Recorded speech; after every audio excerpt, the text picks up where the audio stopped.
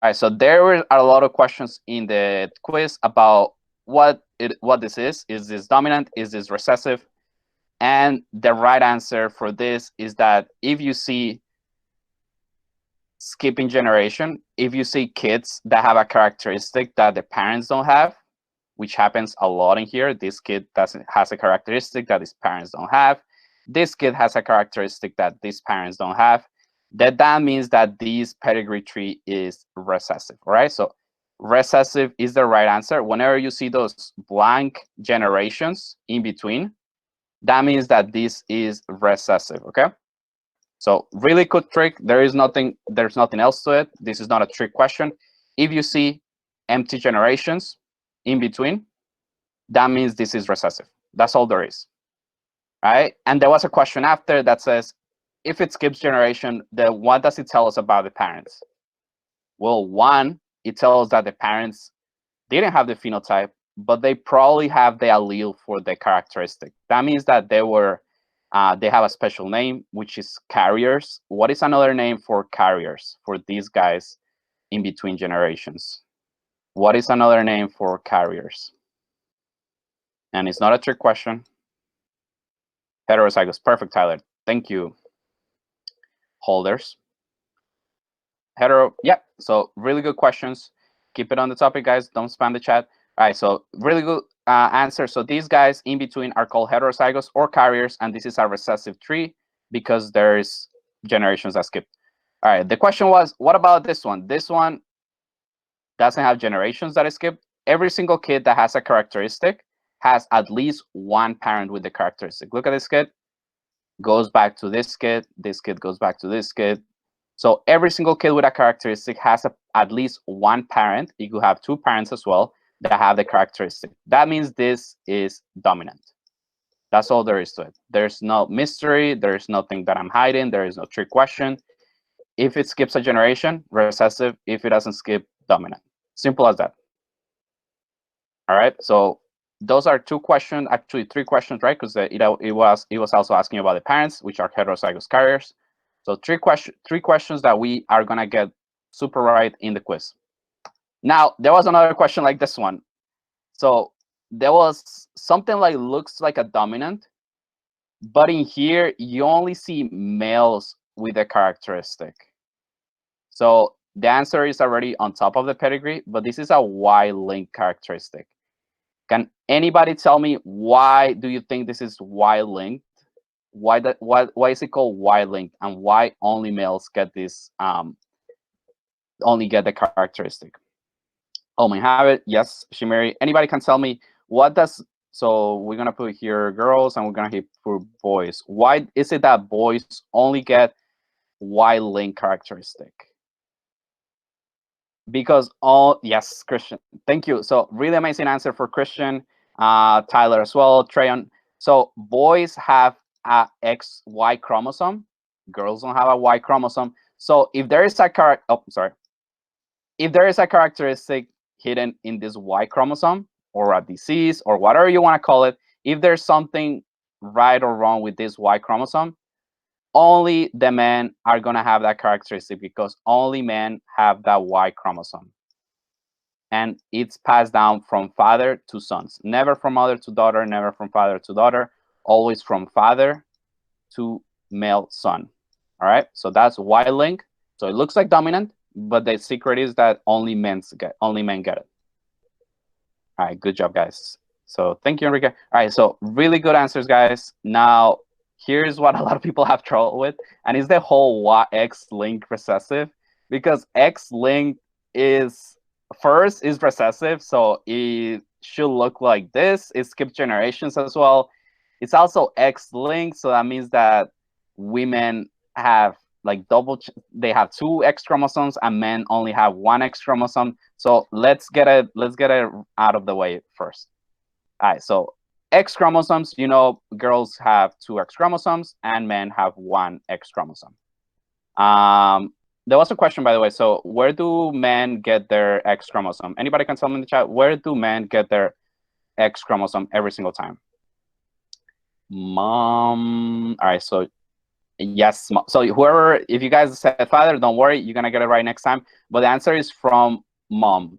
So remember, if you're a guy or if you read about a man and their Y chromosome, just like we said before, comes from the dad, that means that every single person in here who is a male and has an X chromosome, it comes from mom every single time. All right, perfect. Now, here's the example that we're talking about in the assignment. So we were talking about Queen Victoria. She is married to Prince Albert, and this is something that actually happened, so don't think we're making this up. So Queen Victoria, Prince Albert, they were married. They were the king and the queen, and technically the king, even though he was called Prince. And Queen Victoria was a carrier. She had an X chromosome with a disease, which was hemophilia. Prince Albert was healthy. He wasn't sick at all, so his X chromosome was healthy. So before we even go into that pedigree tree that a lot of people have trouble with, let's get something out of the way. So as always, we have two alleles. So just like we're talking about attached earlobe, detached earlobe, sick, healthy, when it comes to hemophilia or any other characteristic, we have two alleles, two possibilities. One is an X allele that is healthy, the dominant one, and one that is recessive, little h, which is hemophilia. Perfect. So we already know we can have two alleles. One is healthy, one has hemophilia. Now, here's where it gets complicated. Women, because they can get two X's, they can be either affected, they can be sick. That means that they have two recessive alleles. They can be unaffected. That means that they have two dominant alleles, or they can be carriers. Now, look at men. Men can be affected and unaffected. What is the difference between men and women when it comes to these possibilities? What is the difference between men and women? If anybody can tell me, men and women, what is missing in men? What is it that a man me? Tyler, unmute yourself. The difference between men and women is that women have two X's when men only have an X and a Y, and the two X's give women a chance, I guess you could say. Mhm. And usually the other X overpowers whatever the first X is. Mhm. But if you have both affected, then you're going to be completely affected. While males, if only one X is affected, then they automatically have the disease. Yep, perfect. So thank you so much, Tyler. That was the right answer. And here's what I'm going to simplify what Tyler said. Women can be carriers. That means that they could carry the disease without having the disease because they have a dominant allele. So they could be healthy even though they're carriers. Men cannot be carriers. You're going to see here that men don't have that carrier possibility because men only have one chance. They only have one X chromosome. That means that a man cannot carry or cannot be heterozygous for an X characteristic. Let me say that again. A man cannot be a carrier for a characteristic found in the X chromosome because they only have one X chromosome. There is nothing to carry. The other one is a Y chromosome, which we don't care about right now. So whatever they get, whatever X they get, that's the X that we're going to have. If this man got an X from hemophilia, he's going to have hemophilia. If this man had an X for healthy, unaffected, then he's going to be healthy. That's all there is to it. Women can be carriers. And that is the reason why we said that men usually have more X diseases or X characteristics than women. Because women, if there's something that is recessive, it can be masked with the dominant one. Now, let's stop talking about it and actually see it in here. So we're going to do a Punnett Square before we go. This is the last thing that we're going to see. And we're going to do that example in here. So we're going to see why is it that this example makes sense? Why is it that these kids make sense when we cross these two parents? True that. It says Rain. Thank you, Rain. All right, so let's see.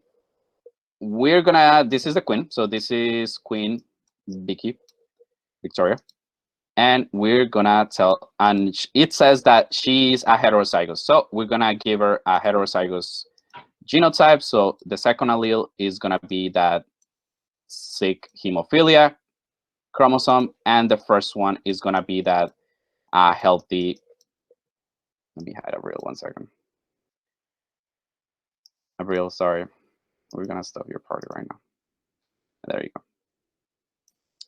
All right, so we're gonna have Queen Victoria. She's a heterozygous. She has one healthy allele, one sick allele, and then Prince Albert, which he has one healthy allele and one Y chromosome. Sure, okay. We only care about this one. That means he's healthy. Good for him. Now let's cross him out. So the first child that we could get is a healthy girl or boy. So the first one I just did, is it a boy or girl? Anybody? This guy, this baby right here. Women, boy, girl, right? Is she healthy or does she have hemophilia? Awesome, guys. Healthy, of course. Now we're gonna, let me just cross this one in the bottom just so I can do it right now. So you can see in the Punnett squares for X chromosomes, we always get 2 boys and 2 girls. And that's something that we're always gonna get when we use the Punnett square to cross X chromosomes. Half of them, 50% of them are gonna be boys, 50% are gonna be girls. Now here's one I'm going to ask you. What percentage of their kids should be sick with hemophilia? So look at this Punnett square and tell me how many of these babies are gonna have hemophilia. So look at this kid, look at this kid, look at this kid, look at this kid. We're not counting any carriers. How many of these kids should have hemophilia? What percentage of them? Enrique says 2, Beyonce says 1, Reina says 1. Let's see.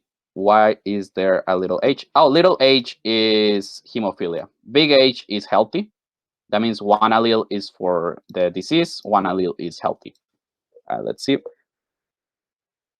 Large H. Large H is healthy. So if 1 allele is sick, 1 allele must be healthy.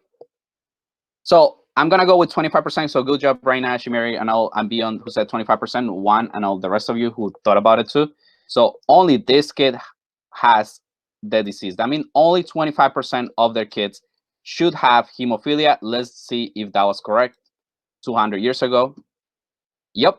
So let's look at it here, just a little clearer. So only, oh, 1 second. Only 1 child, and I'm gonna, if I can ever draw it, 1 second. Okay, it's fine. So only 1 child, Leopold, had hemophilia. Alice and Beatrice, they were carriers. So even though they had hemophilia allele, they were carriers, they were healthy. And then they had 1 boy, Edward, who was healthy.